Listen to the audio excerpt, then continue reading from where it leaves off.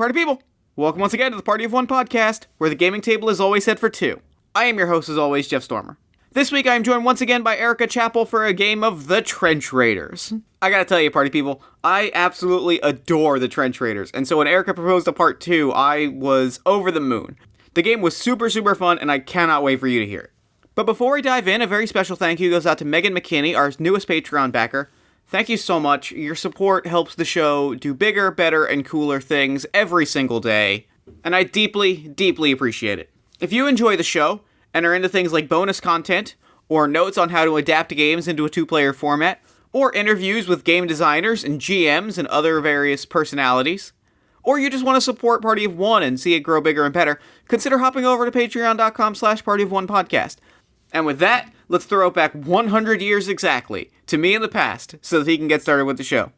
Take it 100 years in the past, me.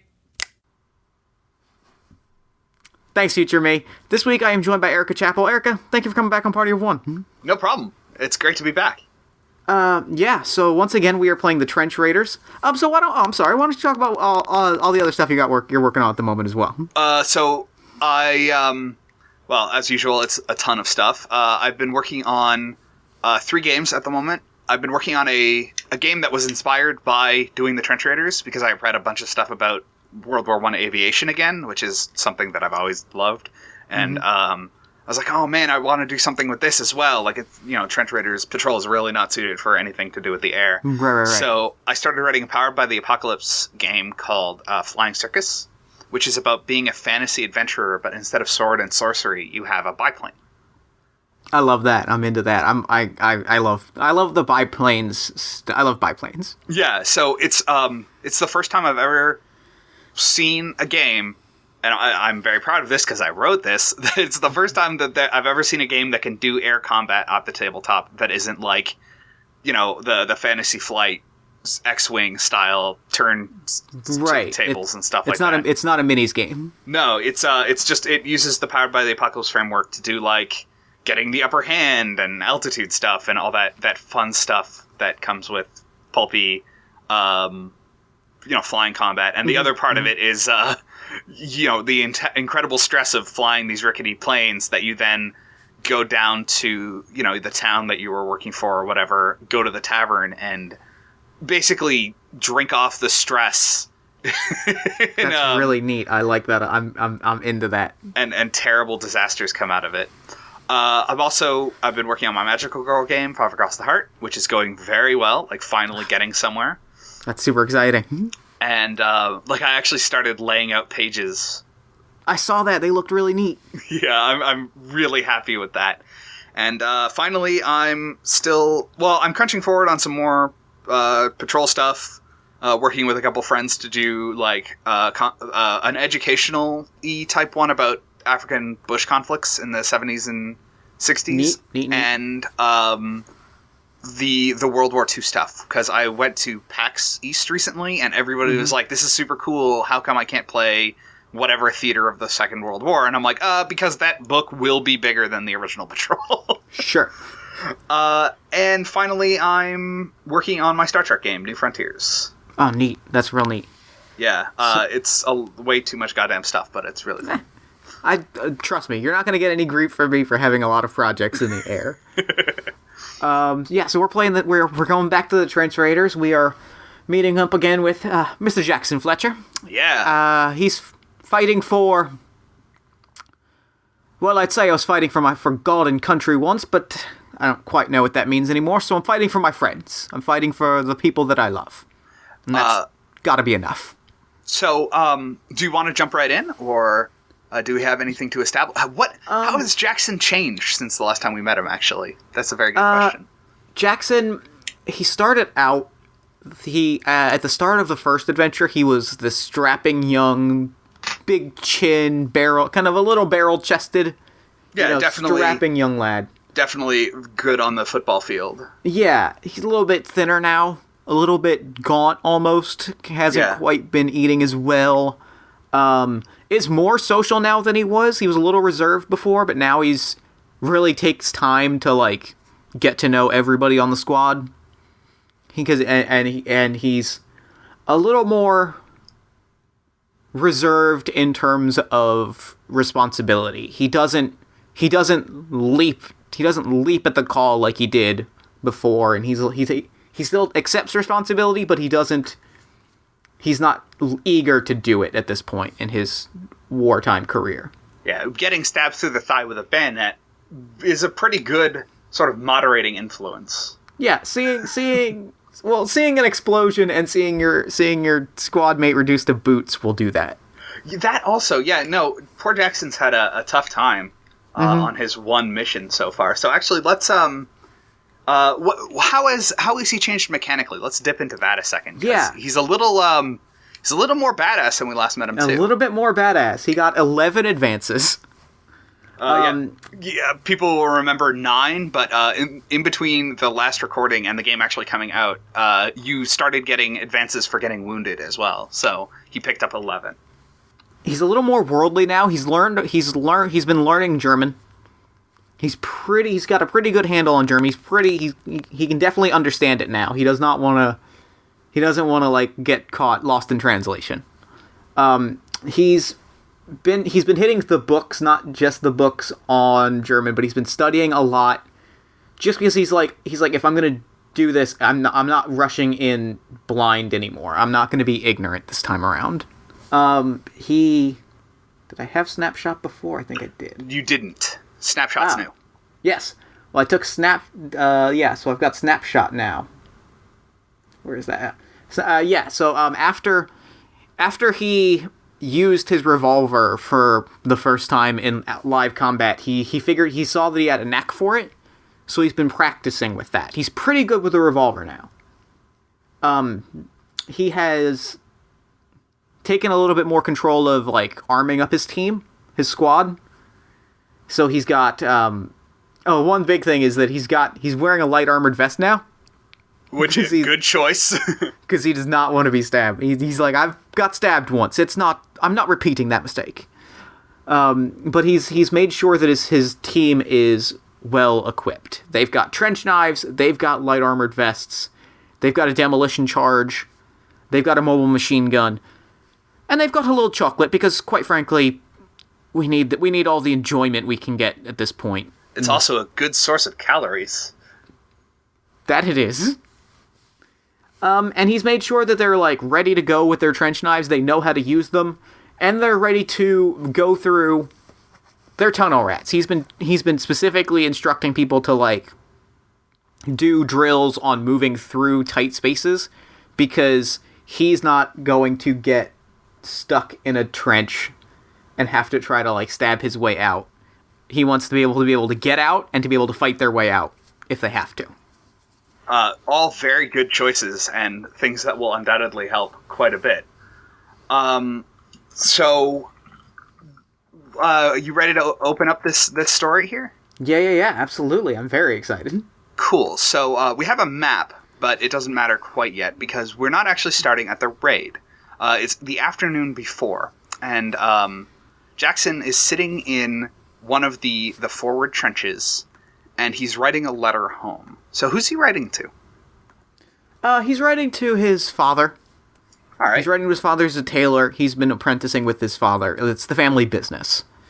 He's writing to his He's writing to his family, just telling them everything.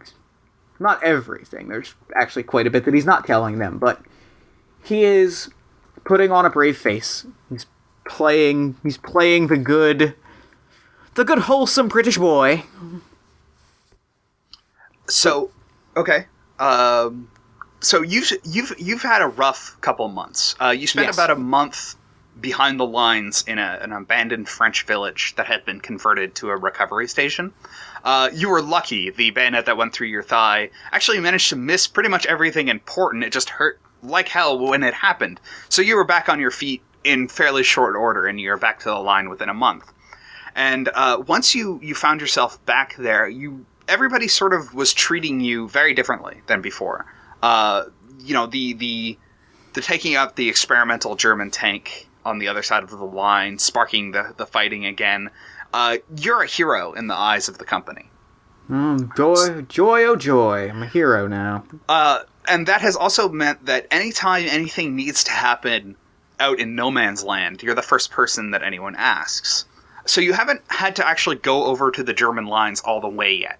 Again, you've managed to avoid having to go on any raids, which is good because it's been a little more active. So that would be extraordinarily dangerous, and you hope that doesn't happen again.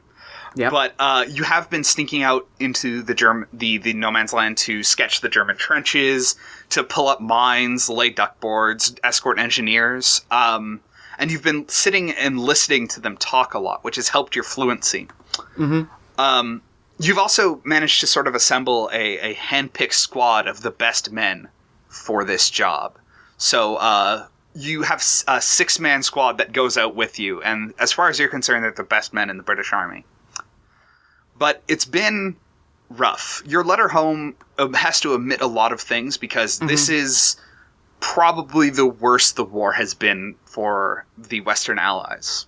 The Germans spent most of the winter strengthening their lines with new defensive doctrine. So you take a moment to pause in your letter writing and you peek over the top of the trench a little. And you sort of stare at what you can see of the German lines. There's not much that you can see because the Germans are very adept at camouflaging their lines. But you can see the rough edges of concrete pillboxes, these new bunkers that they've been building on their side of the lines. And you can see the unevenness of their lines as well. They've been digging them in strange patterns instead of simple lines. Behind you, you can also hear the sounds of labor and digging.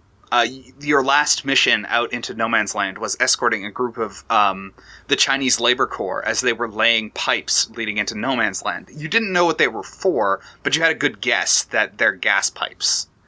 You know that the British Army is spooling up for assaults. You've heard that the Canadian divisions are going to Vimy, and the British Army is planning an attack on the French town of Arras. And you know that things are about to touch off in a major way. The other thing that's been happening is that it has been raining incessantly ever since you got back. The water, the snow and the ice thawed, but the water didn't have anywhere to go. The shelling had destroyed all the drainage in the trench lines. So there are pools of mud and stagnant water in no man's land, and everything is wet, and everything is just covered in mud. The rain doesn't seem to stop. The clouds are always present. Even right now, it's raining lightly, and you're pulling your letter close to your chest to prevent it from getting wet. It's just like home. Exactly. And the final thing that has happened is that the British Air Force has been devastated in the past month. You look out into the field, and you can see the remnants of a Sopwith camel just sort of splayed out into the mud where it fell, because the Germans have some new aircraft. You don't know very much details about it, but it has meant that the British Observation Corps has had a really tough time of it. The observation balloons that normally hang behind the lines have been taken down for fear of German interception. So it's not been a super great month. Behind you, the sounds of labor continue as the Chinese laborers who have been hired to do labor, manual labor behind the lines, continue their work of digging deep pits in the ground and planting cylinders in them. You recognize the two of the cylinders as phosgene gas and chlorine, but there's a third one that is marked in sort of a yellow-green that you don't recognize. Nobody's really happy about this. Nobody really wants to be the guinea pig for some new gas experiment. So as you finish up your letter, one of your squad mates comes over, Albert, the delinquent of the squad, who lost a finger in the last mission. But he's become a much more reliable soldier, if no less informal and sort of ill-disciplined. Being a part of your trench raider squad has meant that he doesn't really have to pay attention to the rules anymore, which has weirdly mellowed him out a little. Because I think I'm taking a little bit more after him as he takes a little bit more after the squad. I think we're all sort of hewing towards the informal. Definitely. So he comes over to you and he taps you on the shoulder and he says, LT, Tom wants you. And you acknowledge. Tom, wonderful. Tom is the brevet captain. Your old captain stepped outside of his dugout for a smoke break, and an artillery shell took his head off. So one of your old schoolmates has been breveted to the rank of captain. So you move through the lines, past the digging, and past young David, who is perched in a sniper's position. He's become a little more bloodthirsty than last time. He's also taken after you as he sees you, which is as a incredibly brave and deadly sniper. So he's sitting quietly under a burlap sack. He's using for camouflage, with his rifle steadied, looking for any movement from the German lines. He's notched his rifle stock with 6 notches. And he doesn't even acknowledge you as you pass by. You also pass by the other new members of your squad. You pulled one of them, Farthing, from... He was going to be imprisoned for breaking quite a few laws, stealing rum rations, firing out of turn. Farthing. He's a little bit of a rat. But he's also clever and a little braver than one would expect, and extremely good at finding his way into enemy positions. He's been a great help for you, which is why you've seen fit to keep him out of trouble. You also encounter, sort of as usual, neck deep in mud, Gardner, who is he was part of the engineering corps, but he got transferred to the front, and you brought him into your unit because nobody knows trench lines and pillboxes like he does. He's talking with Hawking, who is sort of somebody you picked up because he could teach you German, and you kept him around because he's brilliant. The man's a poet. He worked for the university before the war. Nobody exactly knows why he joined up, but he's been invaluable as help. And as you approach Tom's dugout at the back of the lines and the support trenches, you pass by the sergeant who sort of holds your little team together, Edwards, who... He's an older man. He's maybe in his late 40s. He fought in the Boer War. He's seen a lot of things. And he's just a very disciplined man who's an excellent stabilizing presence in your squad. Excellent, excellent, excellent. So as you enter Tom's dugout and you see your old school friend, you see that he really looks like he's been through the ringer. It looks like he hasn't slept in a couple days, and he's yelling about something over his telephone. He's not happy about something. And he's talking about how he doesn't want his men to be guinea pigs to some experiment. And he sees you, and he hangs up the phone without ceremony. He just slams it down on the receiver. Jackson, thank God you're here. We're right up against it. The attacks have started up and down the line, and apparently we're next. They want us over the top in the morning. That's wonderful, wonderful. I suspect I'll be among the first. I suspect I'll be among the front. Well, to tell you the truth, we are not prepared for it. Our men have been out here for 4 weeks without rotation, and the German lines are... We don't stand a chance. And on top of all of this, he slams down his hand on some papers and sort of shoves this clipboard towards you. And you see that on the clipboard has written sort of, classified, your eyes only sort of thing. And you flip it over, and you see that it's the specifications for a new sort of poisonous gas. Mustard gas. And he says, on top of that, we're supposed to be the first test deployment of this new gas, which apparently goes straight through gas masks. So we have to advance through a cloud of something we can't protect ourselves against. That's horrible. So, I hate to do this to you, Jackson, but we need an advantage. We need something. And you're the only man who's been over to the other side of the lines and made it back. We need an advantage. We need something overnight that will tip things in our favor. A gun out, a pillbox down, whatever you can manage. Smashing. Just the more you can disrupt their lines, the more of us might make it back tomorrow. I think Jackson's face softens. He's been a little flippant. He's been he's a bit shaken up about this news about the mustard gas. He's just tired.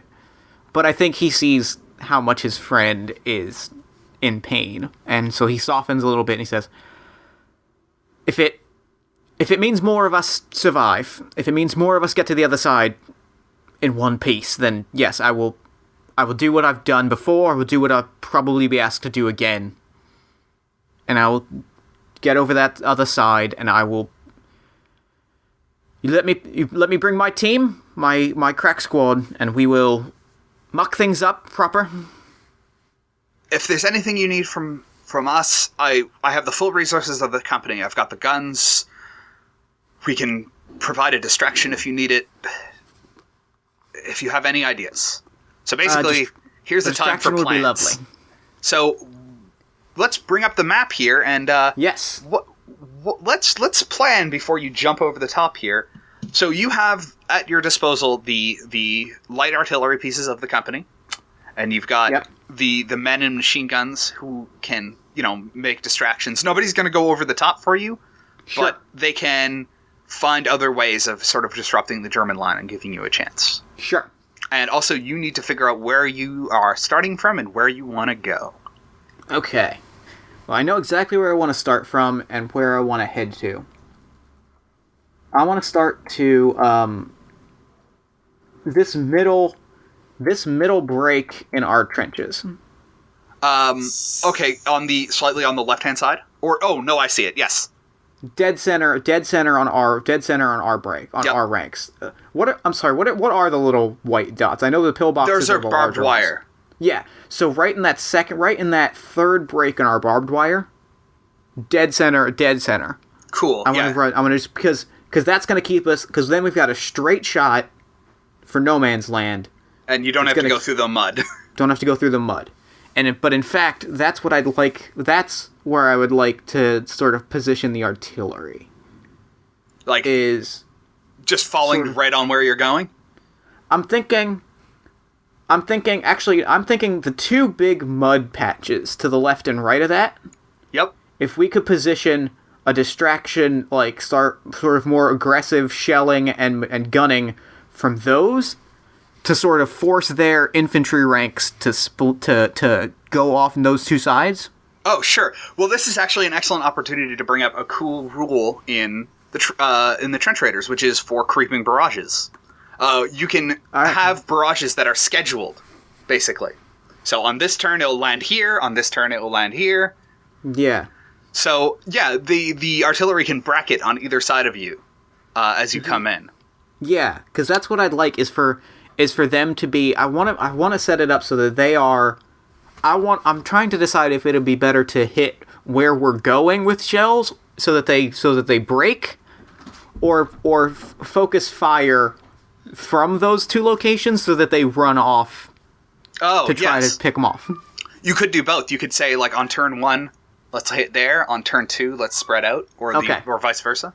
Yeah, then that's what we're gonna do. We're gonna alternate. We're gonna start by firing off shells at the sides. Okay.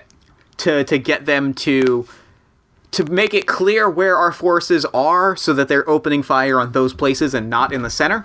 Okay. And then when we close in, we position the shells towards the center to give us an opening. Excellent. To puncture through. All right. So plan's done. We fade to night. It's about 10 o'clock. Everything has gone very dark. The moon is out, but the clouds have obscured it. So all there is the occasional sort of rolling silver against the back of the clouds. And you and your squad are geared up and ready to go. I think the one thing of note is before all of this, I've definitely gathered my squad. And we've all had a drink together. Just like, I don't even know if it's water or if there's some some smuggled that's not wine. Even contraband. There is a rum ration in the British Army. Yeah. Well then, yeah, we've taken a shot of rum just to toast. So this is an interesting thing because there is actually rules for if you want to. Are you drinking or are you drinking? Because there's rules if you want to, steel yourself a little more than perhaps is wise. I think we're just taking the one drink. I think it's a symbolic. It's almost more of a symbolic gesture. Okay, cool. It's like, here is to whatever. It's okay. Yeah, he gathers his squad. They pour out. They each get poured like a shot. All right. And they raise up to the one shot each, and he says, "My friends, gentlemen, we'll have our second shot in the morning." And he takes the shot, and everybody follows. Yeah, there's a little huzzah, quietly, because you don't want to alert the Germans, but sure, everybody's pumped. But it is very much just the, like, we're gonna get through this. All right, so you position yourself at the edge of the trench and you wait for the first shells to fire. That's your signal to go. Mm-hmm. And then you hear the thump behind you and the roar of the artillery passing overhead, and then the splashes of wet mud in the German line. It's time to move. So as you crawl out of your trench, you make your first pathfinding check. Fabulous. That is right. A proficiency or a vigilance? Vigilance check. You are skilled at this, so 5s and 6s. 5s and 6s? Now, my one question, just to remind myself, my vigilance is 10. With the +2, do I roll 10 or 12? Or is the +2 factored into that? The +2 from... Yeah, it's factored in. Okay, so I'm rolling 10d6, counting 5s and 6s, and then also noting 1s.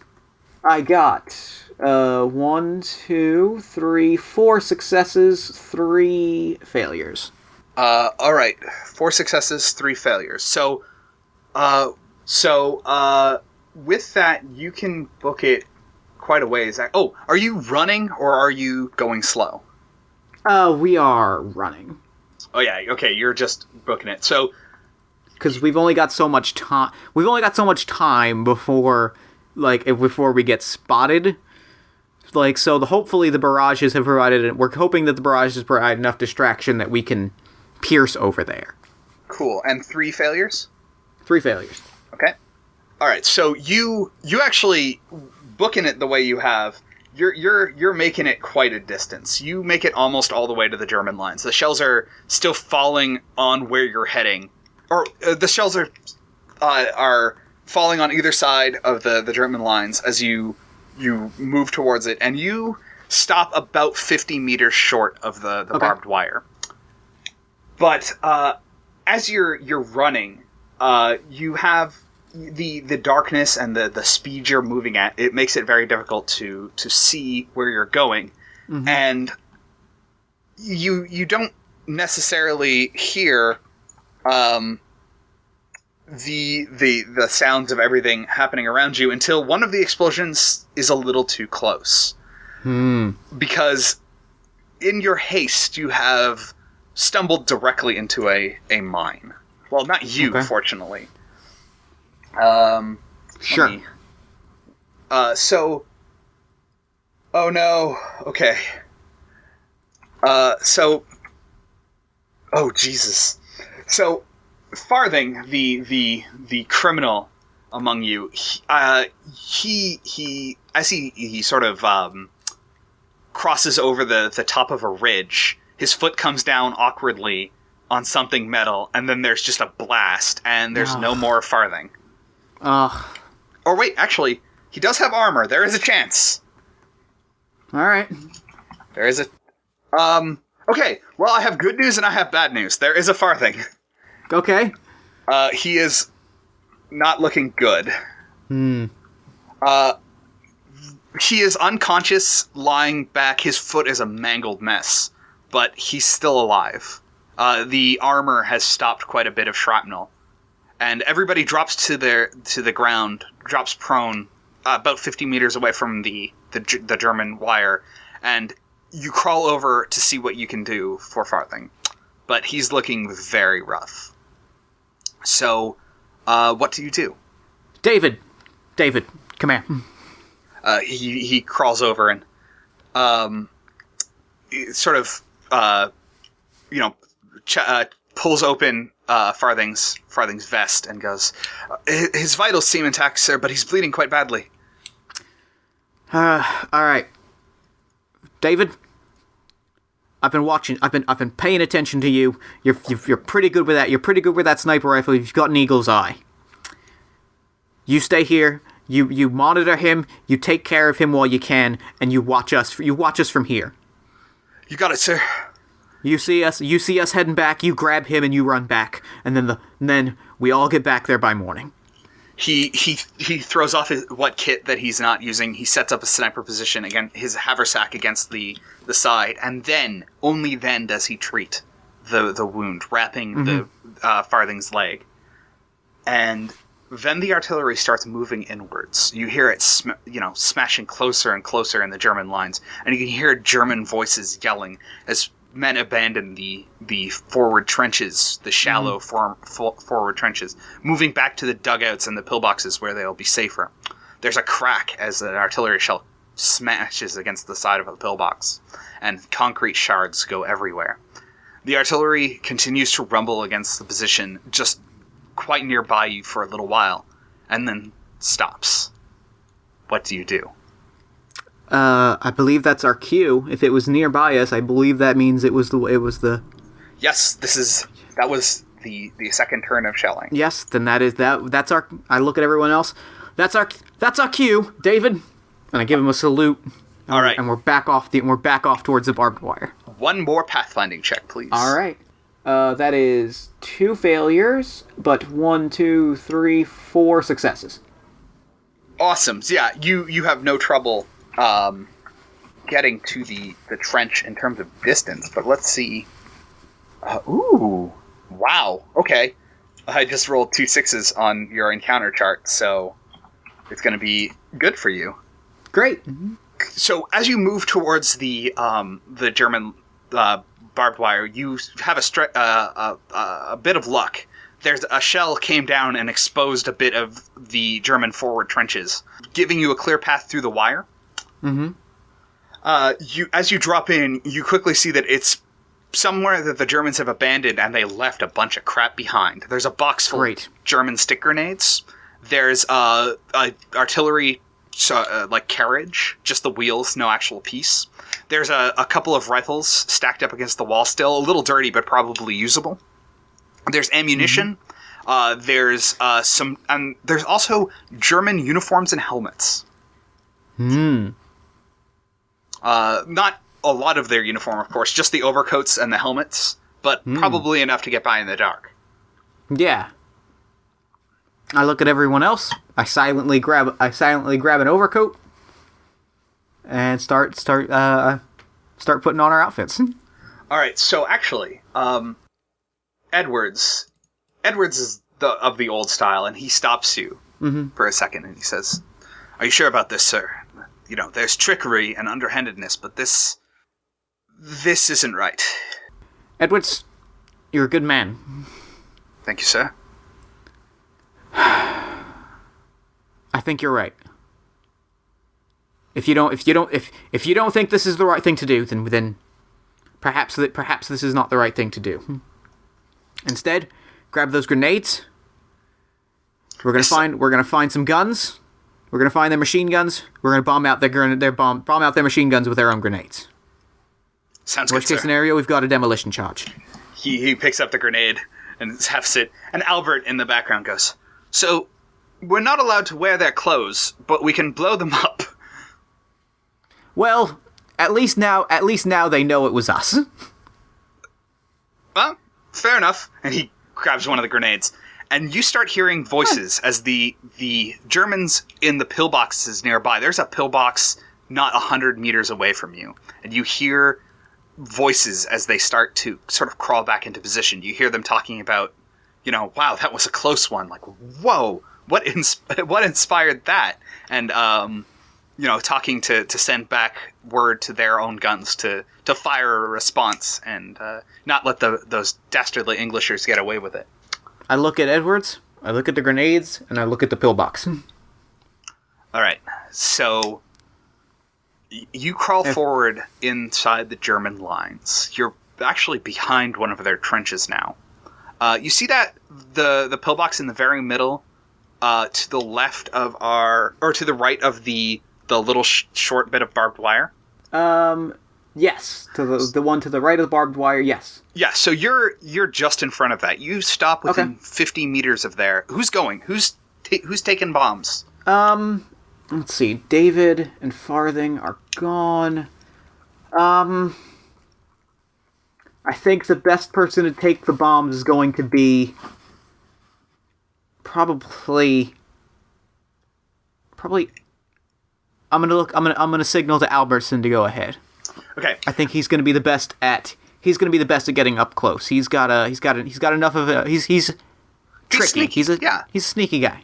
Cool. So Albert jumps up out of the utility trench and crawls forward under the mud, and he gets quite close. And let's have you roll for our good friend Albert here. So Albert's got fairly good proficiency. He's got 8 proficiency. So roll that. 6s or 5s and 6s? 6s. 6s. That's going to be 1 success, 1 failure. Cool. And you can actually throw again. He is a pretty good hand with grenades, and also throwing grenades is a minor action, so you can do it twice. Well, that time he got 3 successes, no failures. Damn. Okay. So that's pretty incredible, actually. So let me grab my hand grenade profiles, because they are different in the First World War than my Vietnam ones, and I can't keep all the different versions of these things in my head. Okay, so roll me 4d6 and tell me the results of each. Yep. 2, 5, 3, 6. Oh, Jesus. So one of the grenades lands sort of at the edge, the lip of the pillbox, and goes off. And you can hear everybody yelp on the inside.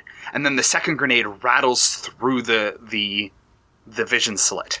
And there are screams, and then a crump, and then more screams. And then Albert drops back into the trench with a huge grin on his face. See? Now you're starting to get it. Edwards claps him on the back like, yes! Good work, son.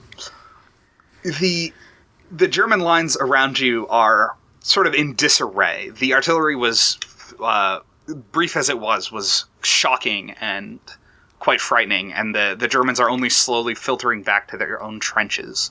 So you hear voices as people move through the communication trenches back to their positions. What do you do? Well, the voices from the pillbox, does it sound like they're pretty well... Should we investigate? Yeah, it's just groans and sobbing. It's not great. Yeah, alright. In that case, best thing to do might be to take out the next pillbox over... Might be to take out the next pillbox, because if we can knock out a few pillboxes, that'll at least give us the advantage later. Cool, so the one to the right or the one to the left? Let's go for the one to the... Let's go to the one to the right, because there's that trench in the middle that we can duck down into. Cool. Okay, cool. So yeah, who's going? Is this for grenading or just for shooting them out? Well, it's your chance. It's your choice. But who's moving over to that trench? Because it is pretty far away. This map is pretty abstract with the ranges, but each of those grid squares is 100 meters. Okay. In that case, I think that might be all of us. I think we're gonna as a group move towards that other trench, because this is not, because the odds of us being able to pull that off twice are slim, so we might have to shoot it out. Okay. So I would like you to make a little tiny pathfinding check. All right. You probably want to move slow for this one, because you don't we're really gonna need be to moving run. slow. All right. We're gonna definitely be moving slow. It's vigilance, which is 10. 10d6 gives me 5s and 6s or 6s? 5s and 6s. 4 successes, 2 failures. Wow, serious. Okay. So let's see if I really love this generation chart. I'm a brilliant game designer. We do not believe in modesty on Party of One. Nope. Oh dear. Okay, so as you move... Oh my god. Okay, so as you move to the trench, you drop into the trench, and you turn. And coming around the corner of the trench, moving down, you see a group of German soldiers moving up the trench. They haven't spotted you yet, but they're just about to. And you have only a moment to sort of size them up as they pass by one of the lit dugout doors. These men aren't regular German soldiers. You've not actually seen soldiers equipped like them before. They're wearing green. They've got bandoliers across their chest, and they have strange short rifles with little drum magazines attached to the sides of them. You've never seen anything quite like it before. And all of them are loaded down with grenades. And as you sort of get cognizant of these strange new soldiers, there's about 5 of them, they spot you too.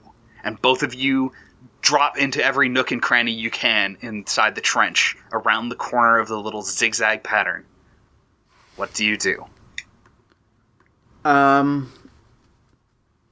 We are going to... They're almost... I don't know that they're willing to grenade their own trench. I don't know that they're willing to take that call. I don't know that they're willing to open fire on their own trench. So our best bet might be to just scatter. Yeah. Lay low, move through our tight spaces, and try to get the jump on them. Try to get the jump on them with our trench knives.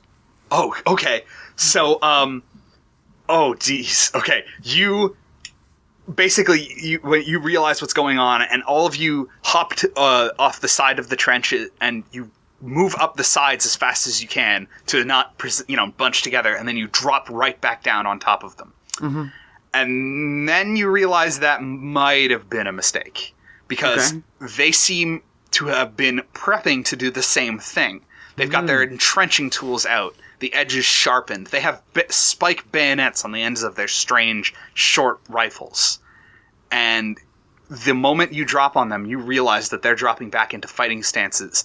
And you think, oh geez, these are German trench raiders.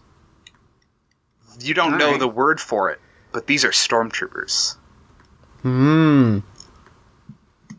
Well, let's drop into some melee combat. I've only got one shot. Alright, so, melee up. Roll your fortitude. Alright. Well, actually, what Fletcher's going to do. Because Fletcher is quite good with that pistol, especially close ranges. Yes. So I think Fletcher is going to drop in and take fire with this pistol, which he is a crack shot with, so it counts 4 as successes as well. And you have a snapshot too. Yes. All right. So I can count that as a minor action if I don't make other attacks. Yep. And melee does not count as an attack. All right. So then I'm going to take fire with my pistol first. All right. That's proficiency of 12.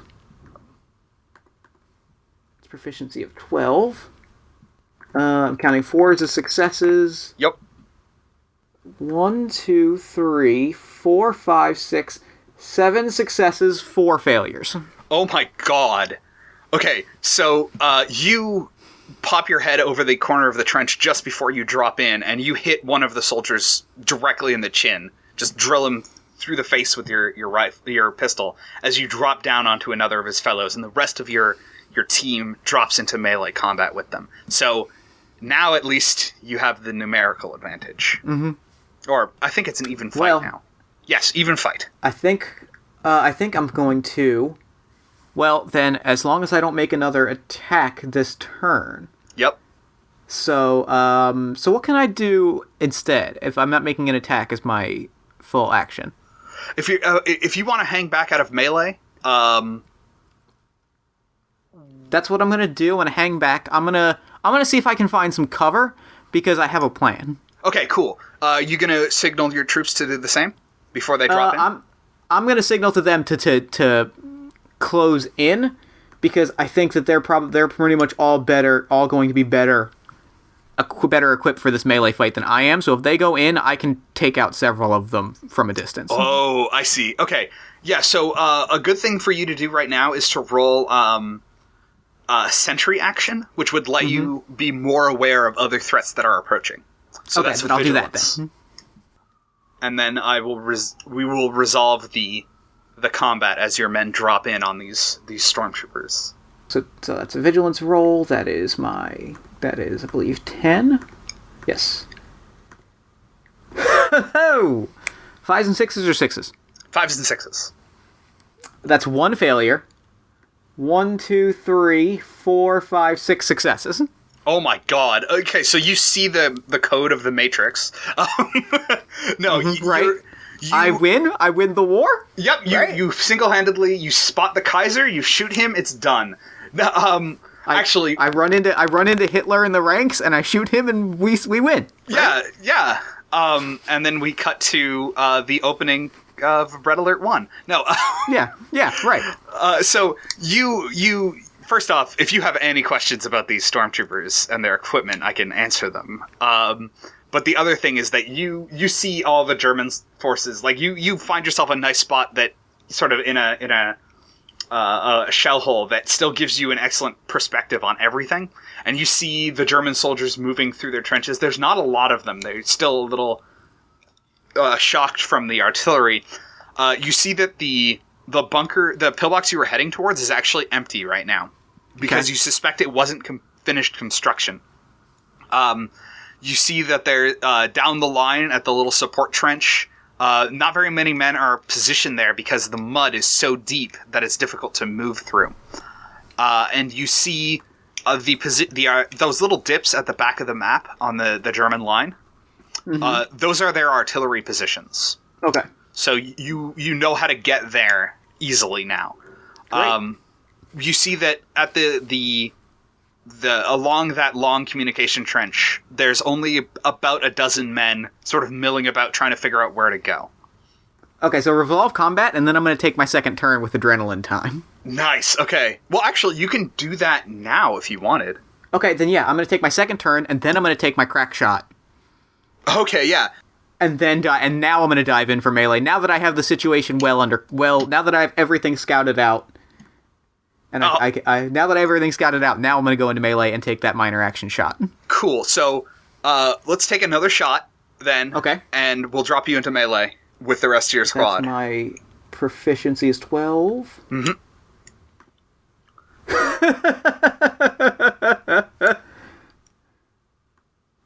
This is going well. Yeah, now I have 1, 2, 3, 4, 5, 7 successes, no failures. Okay, yeah, you pop up and you hit another soldier, and then you drop into their lines. The guy you hit, he doesn't look dead because you're shooting out from outside the trench, so he has damage reduction.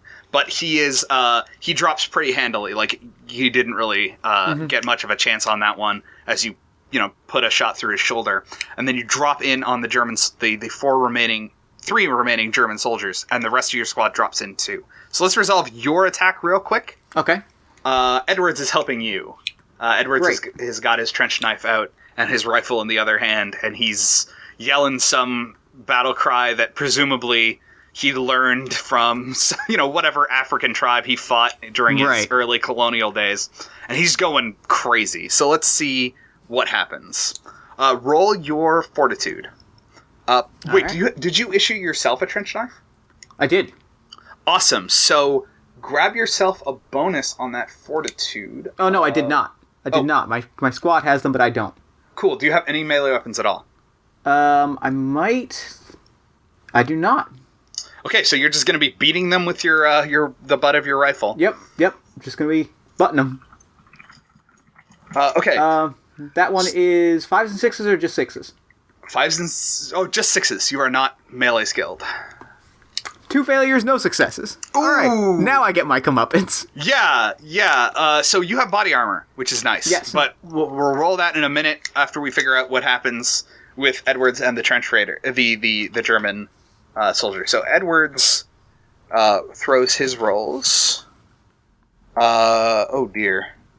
And our German guy does his rolls. So, oh my god. Okay, so very good, very promising noise. the guy you and Edwards dropped on is apparently, well, he's a good sort of illustration of the kind of soldiers that you're fighting, because he immediately swings around with his shovel out and hits Edwards across the face. His helmet takes the brunt of the blow, which you wish you could say for yourself as the sharpened edge of the entrenching tool strikes you on the arm. So let's roll your armor save. Okay. So you're taking, how many ones did you roll? I rolled 2. Okay, so you are taking 4 incoming. Okay. So roll your armor save. Your armor is actually pretty good against melee. I believe you're getting a... oh god, light body armor light body shield does not give you saves against melee. Alright, so... Okay, so let's... in that case, what's going to happen is Edward's going to take the brunt of this. So okay. you get hit in the arm pretty hard, and it sucks. So roll 1. No armor save. So you take 1 wound, and then the entrenching tool comes back around on Edwards, and it goes right through his collarbone like an axe, and Edwards, falls over onto the German soldier. And in the background, we have our other fights. So let's resolve those real quick. All right. So these ones at least go a little better. Great. So let's see, who's our other friends here? Hawking, he drops in on his guy, and he deftly weaves around the entrenching tool and plunges his dagger through the attacker without incident on himself. Albert, he's always been a great melee fighter, he finds his entrenching his knife knocked out of his hands, and then he dives on his stormtrooper, and he brings the butt of his rifle down onto his face, and then kicks him for good measure. So 2 down, 1 to go. Make me a shock check. All right. What's that? Is that fortitude? Fortitude. You're at -1 for your injury. Great. You're -1 to everything going forward. 1 success, no failures. Cool. So you're still conscious. Great.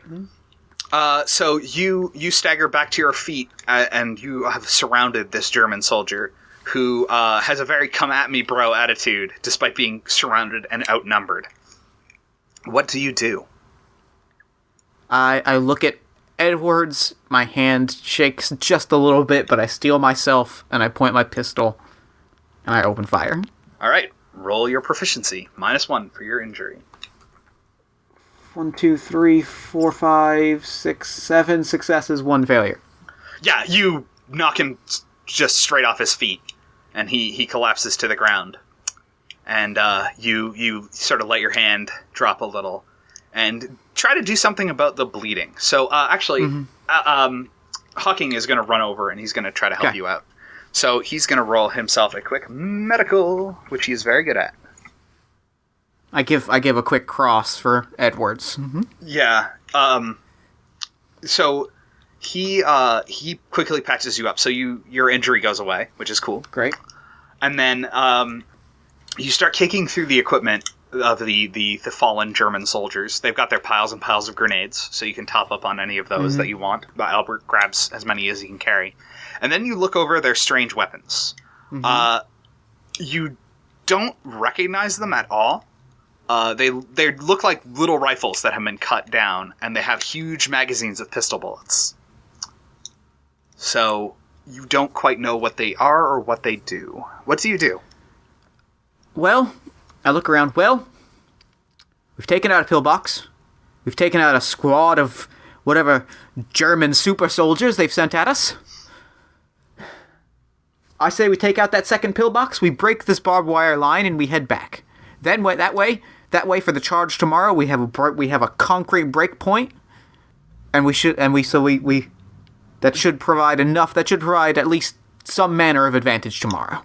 Gardner lifts his demolition charge and grins. How badly do you want this pillbox taken out? Take it out. So this one's pretty simple. We don't got to roll for this. Gardner jumps over the edge of the trench and throws his demolition charge in, and then everybody jumps back into the trench and gets really low, and he pushes the plunger. Mm-hmm. And the entire earth shakes a little, and then the muddy side of the trench collapses a little on you, which is gross.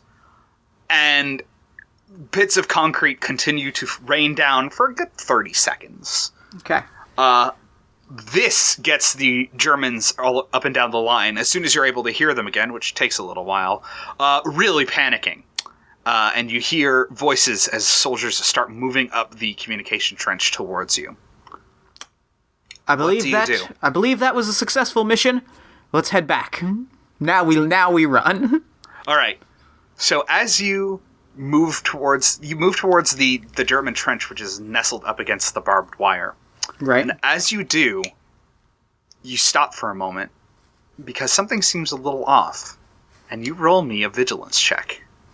I will. My vigilance is 10. On 10. Come on. Very good. That is 3 sixes, 1 5, no ones. So you smell something in the air. It's like a mixture of pepper and pineapple, and it stings your nose, and you realize it's chlorine gas. Oh no. They're gassing the German lines despite the fact that you're here. You scramble for your gas mask. You've done the drills before, but you haven't experienced it yet. And you pull it on, and everybody else in your squad does the same, seeing your example. And the gas, this sort of whitish-green cloud, slowly settles over the trench. It's heavier than air, so it dips into the ground below. One of the wounded German stormtroopers who left in the trench chokes and gasps and dies behind you. And then you see there's a second cloud billowing through. They've not just unleashed the chlorine, the phosgene is coming too. This sickly, thick cloud rolling across. Slower, heavier, denser. And you know that can only mean that the next gas that's coming is going to be the mustard gas. The mustard gas.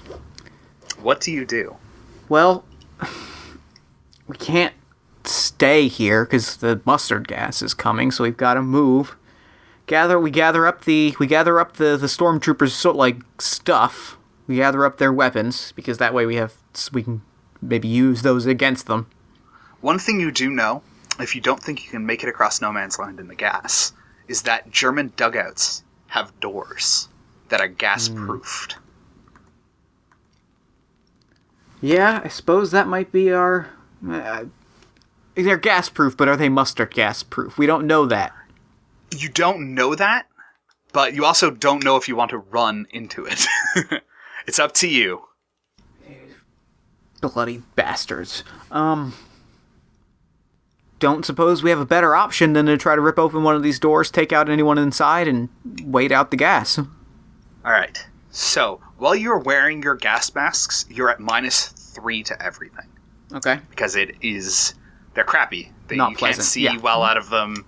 They make respiration difficult as you're breathing through a pile of charcoal. But, you'll be alive at least. So you turn around in the trench and you start moving back. You know that the German dugouts are attached to the second and third lines of their trenches. So, as you start moving through the trenches, you make it quite a fair ways down. You can actually make it almost as far down as you... you can make it to the... Right in this turn, you can make it to the line behind the one that's directly behind the pillboxes. Okay, yeah. Or you can continue down to the end and the support trench, where dugouts are more likely to be. So which do you do? Let's check the closer one. I want to be safe as soon as possible. All right. The longer we're out, the more risk of harm. So the Germans start up a klaxon on their side of the line, the alarms that they sound when the gas starts coming in. And everybody's pulling back towards the back lines where it's safest and farthest from the gas. You approach this dugout, or this trench line, and actually, let's have you roll a search check. Let's see what you find. So, vigilance. So vigilance -3 is 7.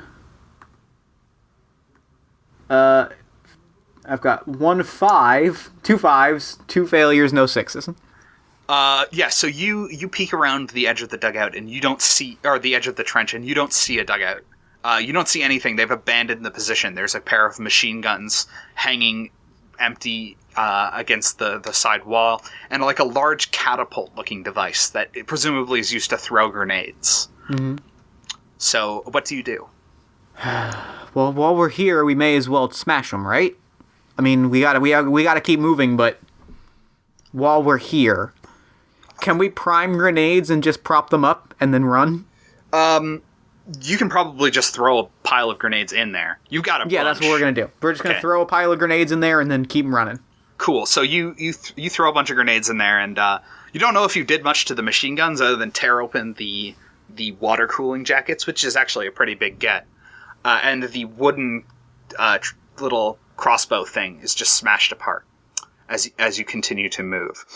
By the way, Hawking, Gardner, and Albert have all taken the weird German rifles with them as well. They've got a set of these strange weapons with them. Great.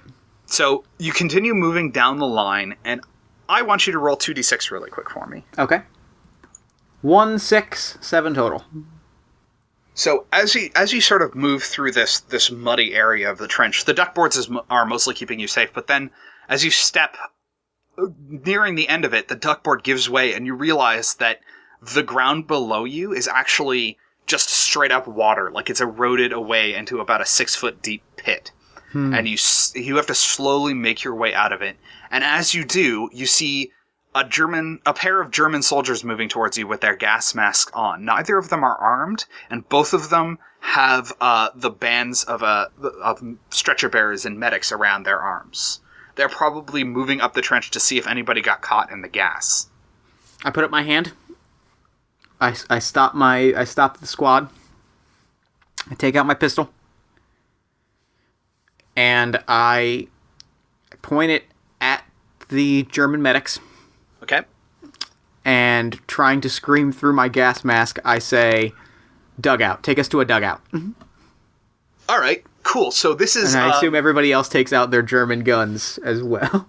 Yeah, so you point your guns and you demand that they take you to a dugout. So I would like you to roll vigilance for this. This is a negotiate. Okay. My vigilance, so that's going to be 7 with the gas mask. Yep. 1 5, 3 1s, no 6s. Oh, jeez. So they take a look at you sort of wading through this deep water, weapons bared, your respirator masks on, and they both start yelling about, Englishmen in the trenches, attackers, and they turn to run. So what do you do? Gonna open fire. Oh, Jesus. Okay. No. Let them run. Let them run because we'll be gone by the time any of their reinforcements get here. So. Okay. We're gonna keep moving. Back towards your own lines or forward deeper into theirs?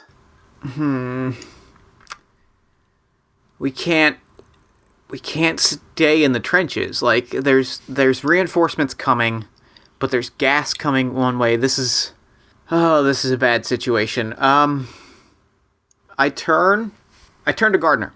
All right. Gardner, what do we do here?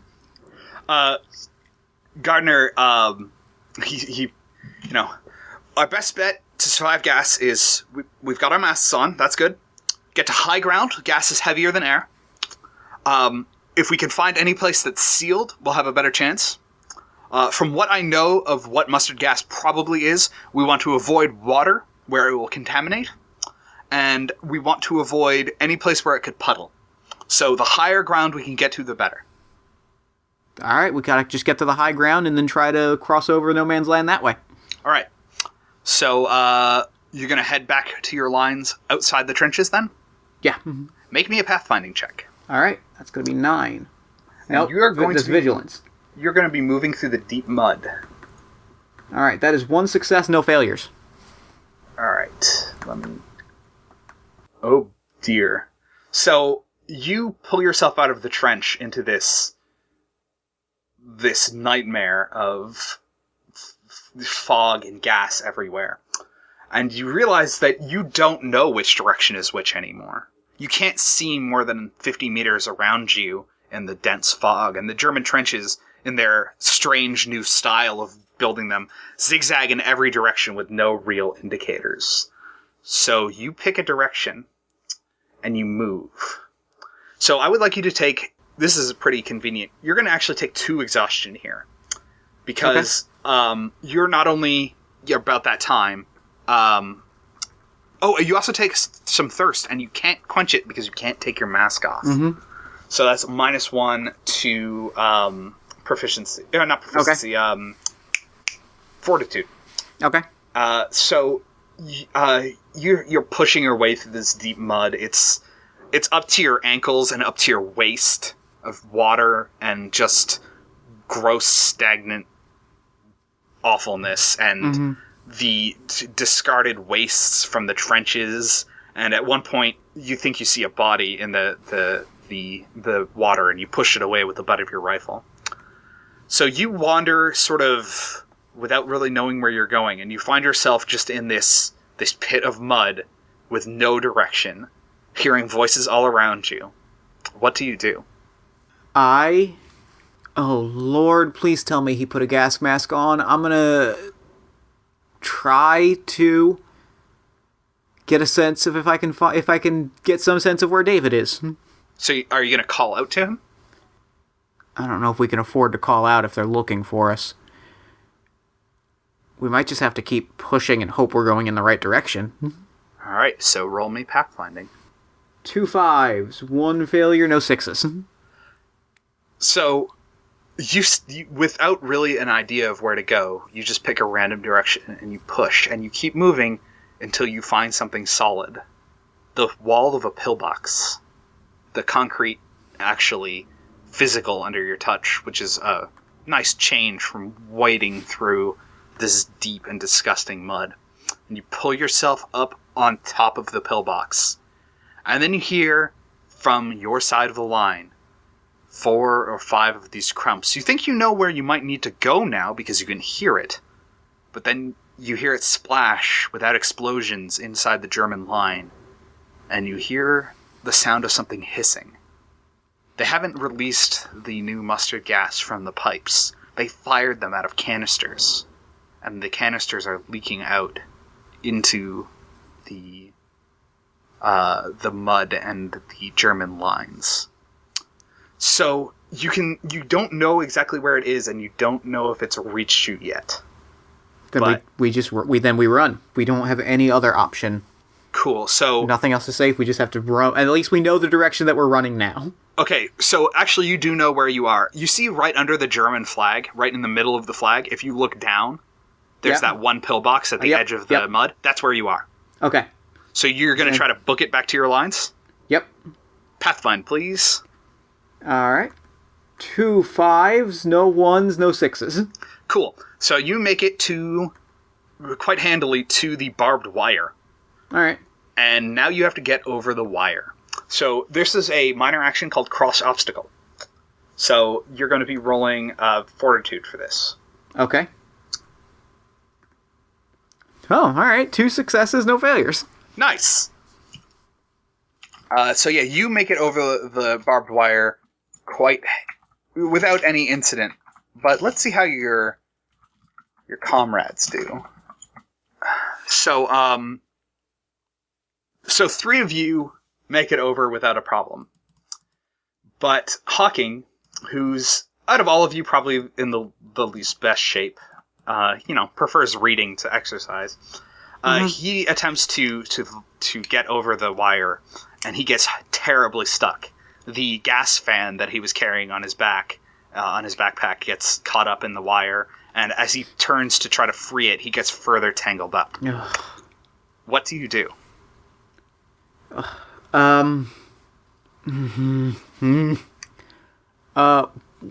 Try to get him free somehow, and then we can so that at least we know we tried. All right, make a fortitude check really quick. 2 5s, no 6s, no 1s. Cool. So you actually do manage to pull him free of the wire. All right. But as you do, you feel something sort of at your ankles, which is different than the cold of the mud and the water. And you notice that your vision has started to go a little green-yellow. And you think that the mustard gas has found you. Oh, Lord. So, run.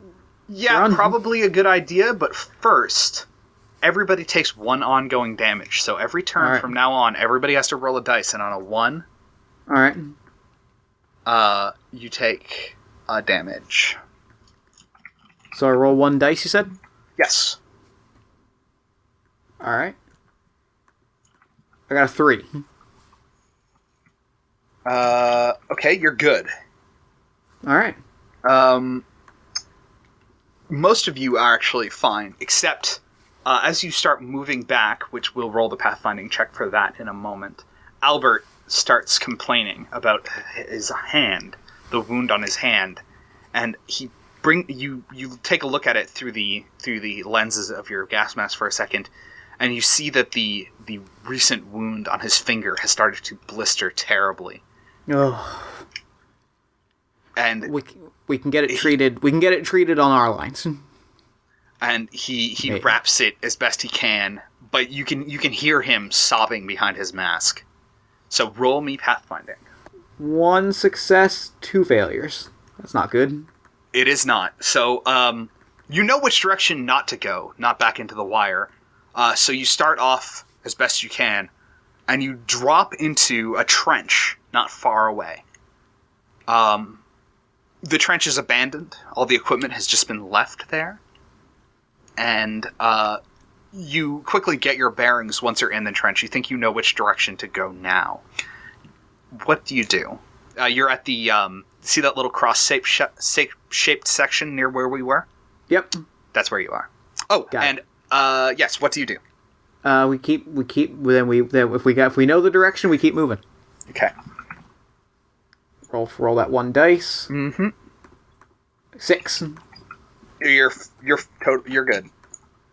That one is 4 successes. My next pathfinding is 4 successes, 1 failure. Nice. As you push forward, you find a gap at the end of that little cross-type section through the German wire, and you push on, and you're going to make good time. But as you're doing so, you notice that the men around you roll once more. By the way, 1. That is a 1. So you start feeling it as your men start feeling it. All of you are feeling like something's wrong. Your skin feels like it's burning.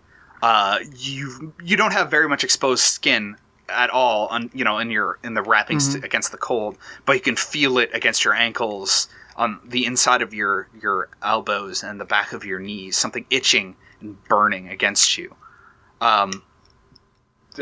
Albert starts pulling at his clothes to pull them off, and Gardner has to restrain him and prevent him from pulling his clothes off from the pain. And you start moving down quite a ways. Actually, you do very well on this one. You push through some of the deep mud, and you can actually hear your own lines. And then behind you, some 600 meters off, you start hearing the distinct sound of a Lee Enfield rifle firing. David is still out there. He knows. He knows what to do. Okay. I told him to fall back when the time is right. All right. He knows what to do. I'm going to roll a vigilance check for David, and I won't tell you the results, but... all right. Okay. Wow! Okay. So, what do you do now? You know that you're near the lines. You can see some of your barbed wire in the distance, glinting. We push through. 1 last pathfinding check, unless something goes terribly, terribly wrong. 2 5s, 1 1, no 6s. 1 1, no 6s. Oh, no. Okay. Okay. As you move back, you're very close now to your own lines. You can see the barbed wire, and you see caught up against that wire, there's a couple of German bodies hanging there. Some scouts who got turned around in the night and got caught against the wire. And you see that there's a pair of shapes moving around the bodies. They're trying to pull them loose from the wire. They're both wearing their masks, and they probably got stuck over here, and you quickly recognize the shape of their helmets as German helmets. It looks like they're searching the bodies for something, or trying to pry them loose. What do you do? They're about 30 meters away. Open fire. All right. Roll your proficiency check. 1, 2, 3, 4, 5, 6.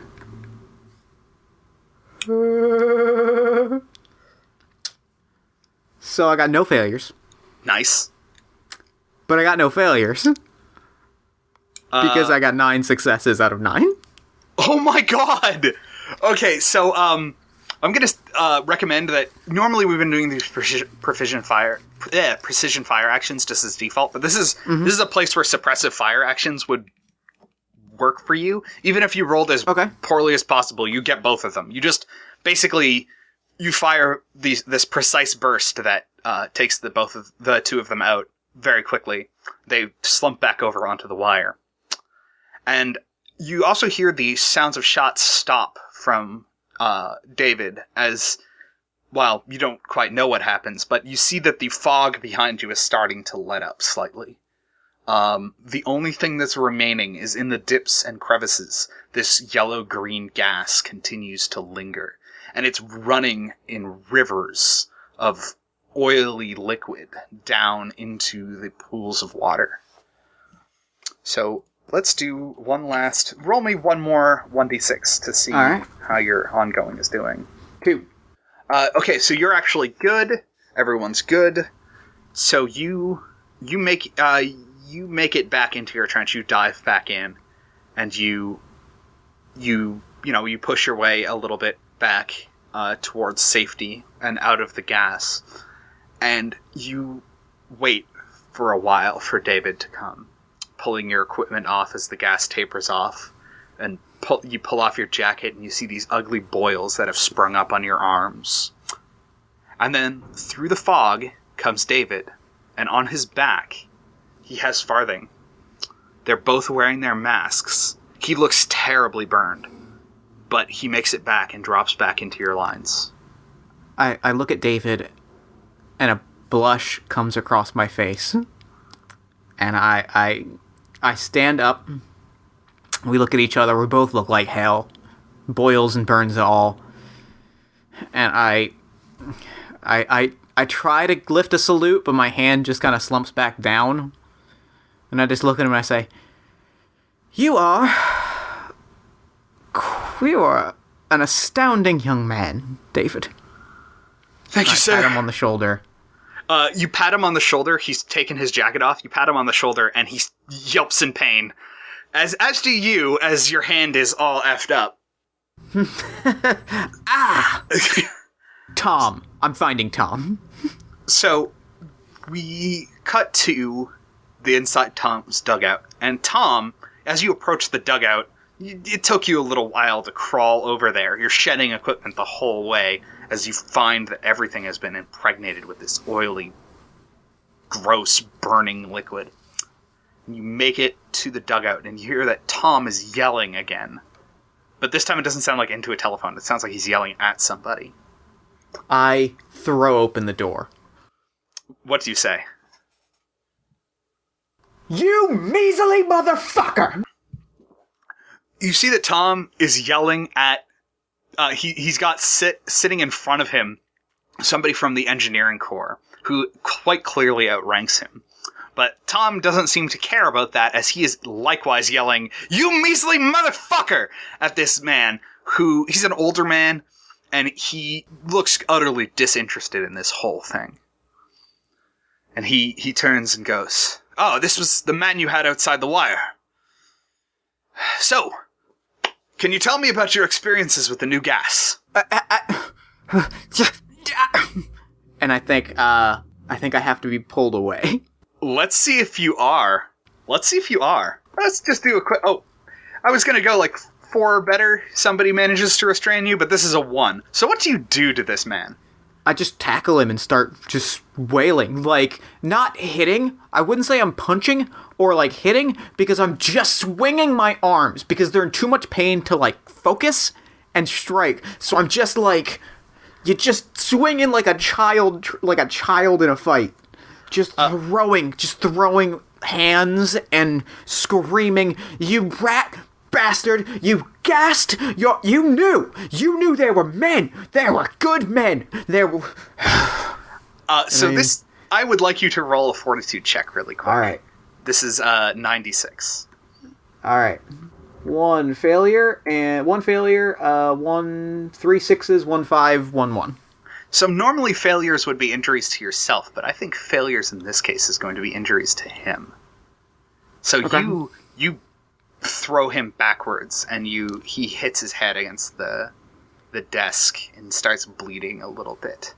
And at this point, the people, his personal guards, his soldiers, step in, and they pull you away. And we end the campaign, or this part of the campaign, we end the session with you being dragged off to the back of the line. Mm-hmm. No regrets. I have no regrets over what I did. Yeah, fuck that dude. Fuck him. That was great. That was so much fun.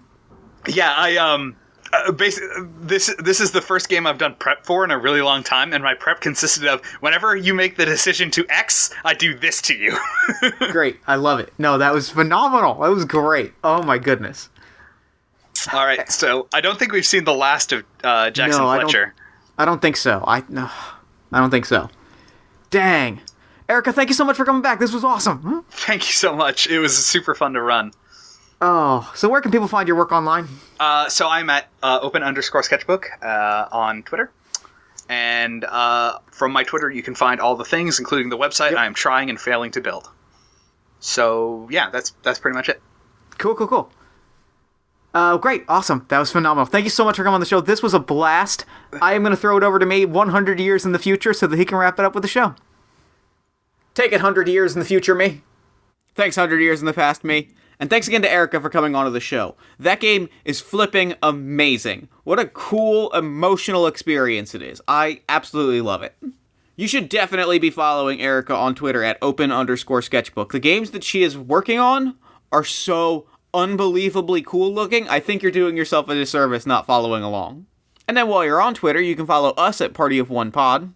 Like the show on Facebook at facebook.com/partyofonepodcast. And if you really enjoy the show, consider giving us a nice iTunes review, a social media shout-out, or a word-of-mouth recommendation. Those all help the show find new listeners and grow its audience bit by bit, week by week, and I appreciate every single one of them.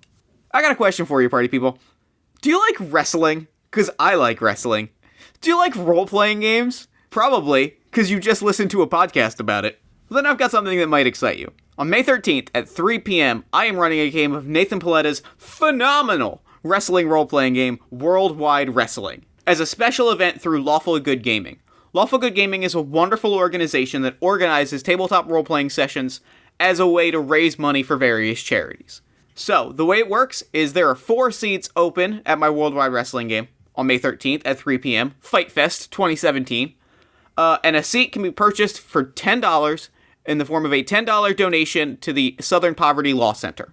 You can find a link to the Facebook event in the show notes. I really hope you'll join me on May 13th at 3 p.m. for Fight Fest 2017. I think it's going to be a great game and a great show for a great cause. Party people, if you want to hear more from me, you should check out All My Fantasy Children, the podcast in which Aaron Catano and I take your listener prompts and turn them into beautiful, thriving, vibrant role-playing game children. This episode, well, I don't want to spoil it because it's a big episode, but you should really check it out. But you should probably really make sure you're up to date first. It's a big one. You can find that at soundcloud.com/allmyfantasychildren. Party of One is produced and edited by Jeff Stormer and Jen Frank. All music for the show comes from the song Infinite Lives by Megaran, featuring the D&D Sluggers. If you'd like to inquire about advertising rates or about coming onto the show, shoot me an email at partyofonepodcast@gmail.com. I'd love to hear from you. Well, that's it for me. Until next time, thank you so much for listening. Remember to fight the forces of fascism every single day. And party on. Never gonna die.